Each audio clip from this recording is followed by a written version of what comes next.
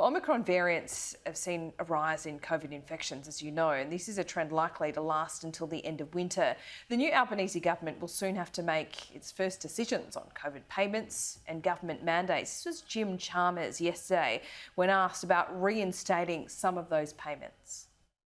Unfortunately, there is not room in the budget for every good idea or to extend every program, even good ones, indefinitely, and we've tried to be upfront about that. Well, joining me live now is the Assistant Trade and Manufacturing Minister, Tim Ayres. He joins me here in the studio. This is might be a little bit novel given where we're going with the third wave. Let's really appreciate face-to-face interviews while we can do them. Terrific to be in here, Laura. Interesting where this debate is, and I think this is a really tough one for Labor. What is your view on pandemic payments, particularly for casual workers? Well, we know this is going to be tough for many casual workers, who are in the position of having to take 7 days leave to quarantine. It's certainly going to be a challenge for low-income workers, but it's the right decision. It's the right decision. Those people in that position expect the government to make smart decisions that are in the interest of the nation's finances as well. If you're worried about the position that casual workers find themselves in when they're faced with 7 days of quarantine, well, you should also be worried about the position that casual workers find themselves in when they want to take a holiday with their kids or when they have other extended sick leave. That is the reason that secure jobs, lifting the number of secure jobs is at the heart of the Albanese government's agenda. We talked a lot about it on the way through the election campaign and over the last 3 years. We're serious about it. We are going to follow through with this decision that we've made on pandemic leave, but there's a lot more work to be done on lifting the level of permanent employment, creating more good jobs in the economy. So we are on the cusp of a third wave. We're seeing those increases. Why is it different now? So you have more infections, I guess. If you have COVID, you need to isolate. Your close contacts don't. Is that the threshold you're looking at here? Because we're all vaccinated, we're kind of trying to get back to normal life, even though we see these new variants. Is that what you're looking at, that you can't have these payments forever? Well, that is one of the things that's changed over the last 12 months. But this was a decision of the previous government to end this payment now. It's an emergency payment. It is true that many more of us are vaccinated, but actually there's eligibility now for the fourth vaccine. There's more work to be done on people getting their third vaccine. There's health advice out there that every Australian should follow. The Prime Minister got his fourth vaccine, I think, yesterday before he headed to Fiji. I'll get mine the very moment that I'm eligible. Every Australian should do this. We should follow the health advice. It is going to be a challenging couple of months, Laura, I think, as we head through the hard part of winter. Yeah. The Health Minister said, a couple of million more infections.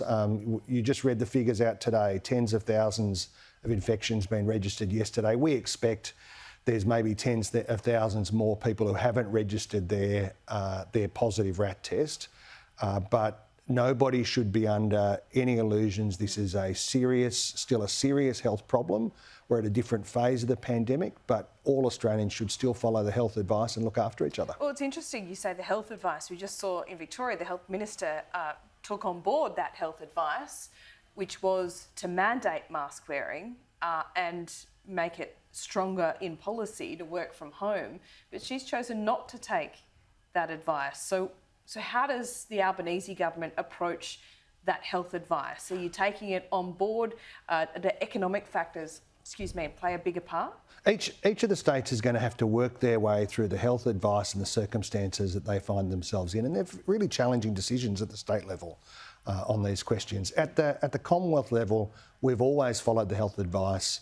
The decisions that we're making in terms of these payments are consistent with our approach more broadly, informed by the health advice. Yep. We're going to be watching the developments in the pandemic very, very closely. But these kind of emergency payments can't be sustained. We've, inherited as a new government a very challenging set of health circumstances. But we've also inherited a $1 trillion debt and rising with not much to show for it in policy and infrastructure and other social and economic outcomes. And we're going to have to pay attention to that in the lead up to the October budget. And extending these payments, while, as Jim said on your clip earlier, it was a good idea then, it can't be sustained now. Okay, let's talk about this job summit. The unemployment figures out today, they're expected to remain pretty good. I mean, stunning, actually, historically stunning.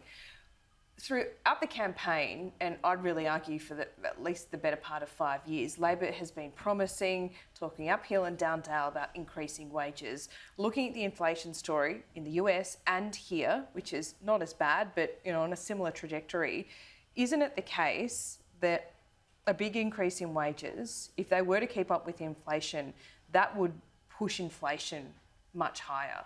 Do you accept that? Does there need to be a bit of honesty here? Well, I'd just make two observations about that. Firstly, if you were making a list of the things that are contributing to high inflation and growing prices in the economy, wages wouldn't be on it until you got to the second page at this stage. The war in Ukraine, the impact on supply chains around the world, there are a series of issues there, COVID, a whole lot of shipping issues in our key supply chains are what's driving high prices here, and they're driving them in Europe and the United States.